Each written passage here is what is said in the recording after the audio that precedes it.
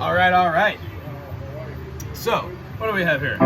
The exercises that I would suggest for this week would be a reanalyzation of what you did last week and then add a couple concepts on it. So what we're having here is our C, D, E, F, G, A, B, and C. The reason why we teach everything in the key of C is because it's easier for us to understand all the chords have the same relativity as the key we learn in. When we play C, we have 5 fingers, C, D, E, F, G. When I play those 2 outer notes, no matter where I play it, I generally can have my fingers fall on 1 and 5 almost every single time. You will find that that distancing becomes much easier to find your fifths than it does by memorizing, oh, C sharp to G sharp is a fifth. It makes more sense just to feel it and then find your third, major or minor. In the key of C, C major, C minor, D minor, D major, E minor, E major, F major, F minor, G major, G minor, A minor, A major, B minor, B major, and then C major again. What we just went through is a major and minor for all the keys going through here. Except for we've got a C major, then a D minor, an E minor, and then an F major, G major, A minor, B diminished, and then a C, meaning 1, 4, and 5 are major chords.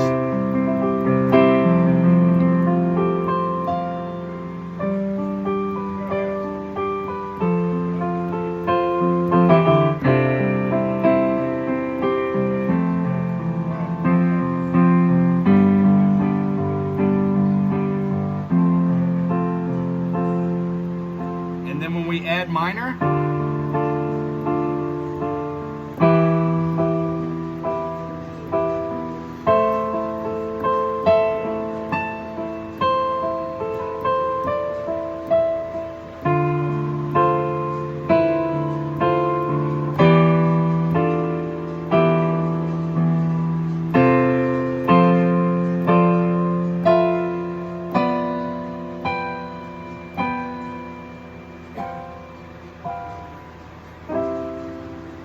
so what you just saw me do is use majors, and then I threw some minors in there, and then I finally ended on a diminish and rounded myself back to the C.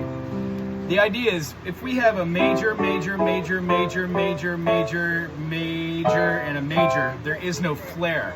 With having a major, a minor, a minor, a major, a major, a minor, and a diminished, each one of these chords has a different function to give away a way that we feel, an emotion. So if I'm playing something that's like, it's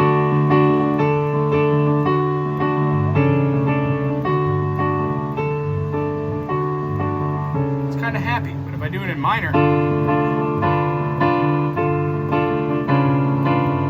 it's kind of melancholy and sad underneath. So what we do is we learn how to hear these different chords and what they mean to us. The way we get there and we're able to do these little accents, like from Imagine, is we play chord structures.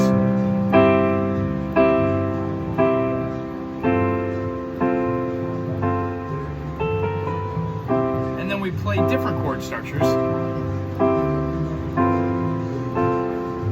And some of them use triads, and some of them use inverted triads, like this one. That is a F major, but I'm taking the C and putting on the bottom, which means it is a second inversion. So one of the things you could do, besides just doing a C, D, E, F, G, G, F, D, C, or a 1, 2, 3, 4, 5, 6, 7, 1, 7, 6, 5, 4, 3, 2, 1. Rather than just playing your triads using different fingers, or playing your scales and using the 3-finger rule and going under, 1, 2, 3, under, 1, 2, 3, 4, 5, 5, 4, 3, 2, 1, over with the third, 3, 2, 1.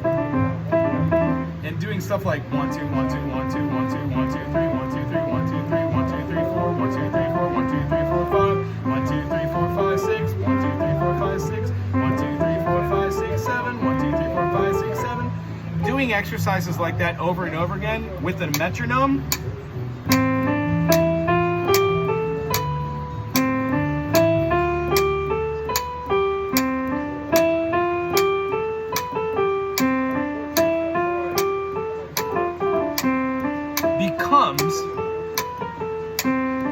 exercise in itself to find the tempo.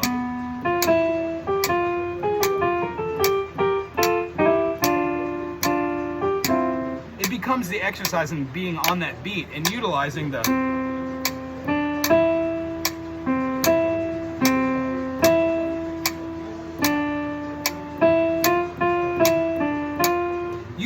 notes in any fashion to get a feeling out.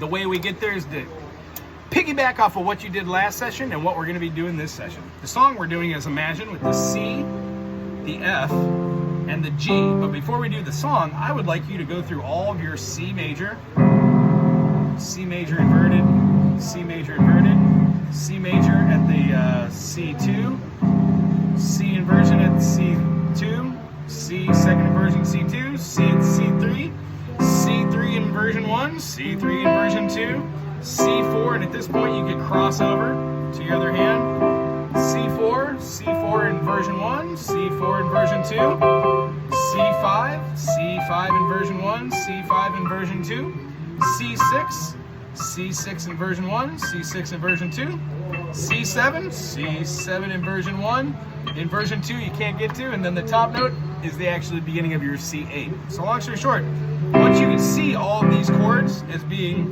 the same, just different inversions, you can quite literally do Imagine there's no country. It's much easier to play C, C, C, and lay your pinky down to get the C major 7, and then play a F major second inversion, which this is an F major. We just aren't playing the first inversion, which would be that, or the second inversion, which would be that. We're actually playing C, 1, 2, 3. This is the F in C, 3. This is the F inversion in C. And this is the F second inversion. So this is an F second inversion off of C4 when we're playing this. C major with a G in the bass and a B up top, and then an F in the bass and an F major second inversion. We play it 3 times and we do a B flat, B. I'm gonna play it for us and pretty slow. I'm gonna go a little slower than that. Wonderful.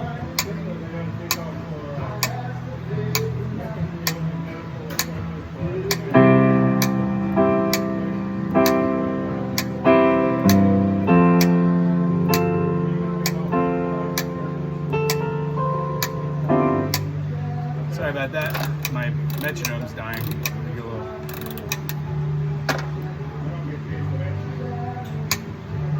There it is. Ready?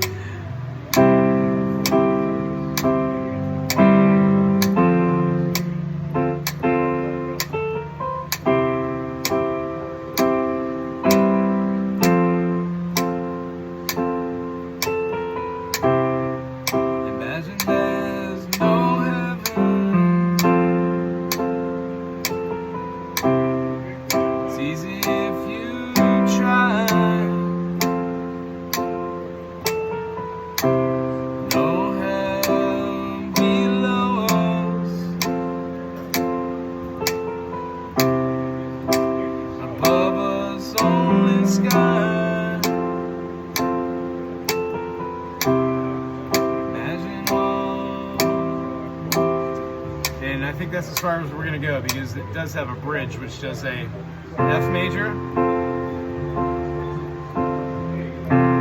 Imagine all the people.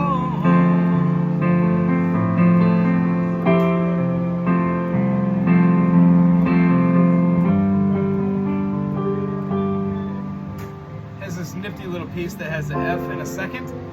It plays a C major with an A minor underneath it. Because you know, if we have an A minor with a major, just like we did in an example today, we had a D major with an F sharp minor, gave us a really cool chord. Same thing with the A minor plus a C major gives us a minor 7 or a C major 6. So we'll go over that next week, but the beginning, I'll do it one more time for you. Let's do it with the metronome as well.